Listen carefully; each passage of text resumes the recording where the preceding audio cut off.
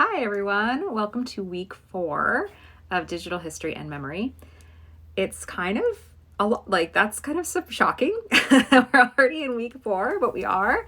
I think we're making a lot of really good progress. I've just been reading some of the reflections that you all have turned in for your class participation reflections, and it's great to hear that you all are the material's resonating and that you feel like you're not struggling. If you do feel like you're struggling at any point, please reach out. I want to make sure that whatever format you choose to engage with the course, you're getting something out of it, and that you never feel like, you're missing out if you're doing it asynchronously, or that you feel pressure to come in person if you don't feel well or anything like that. I think the discussions and the annotations and the Padlets are really great and a full-on way to engage with the class as fully as possible. So that's always an option for you, depending on your schedules or your health or whatever else you have going on.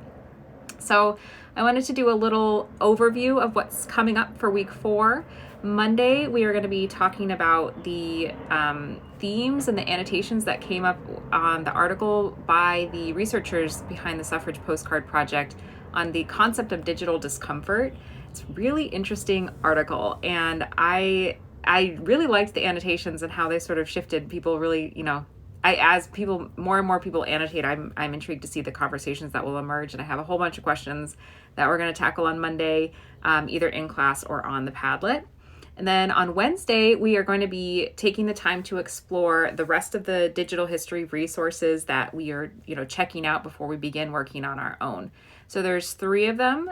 They are all ones that use WordPress as a platform for their digital history projects. And WordPress is what we are going to be using to create our blog posts and to think through possible ideas for our own project. So that's why I chose these 3. 2 of them are ones that have originated at UCSD through other courses as well. And then Friday, we're going to be annotating it's actually a speech that Michael Kramer, who is the sort of mastermind behind the Berkeley Folk Music Festival project, gave. And he's put that speech on his WordPress blog. And it is about WordPress. So we're going to be reading that and annotating that in preparation for our actual real conversation with Kramer. That's going to be happening in week 5 because he's coming to visit our class virtually.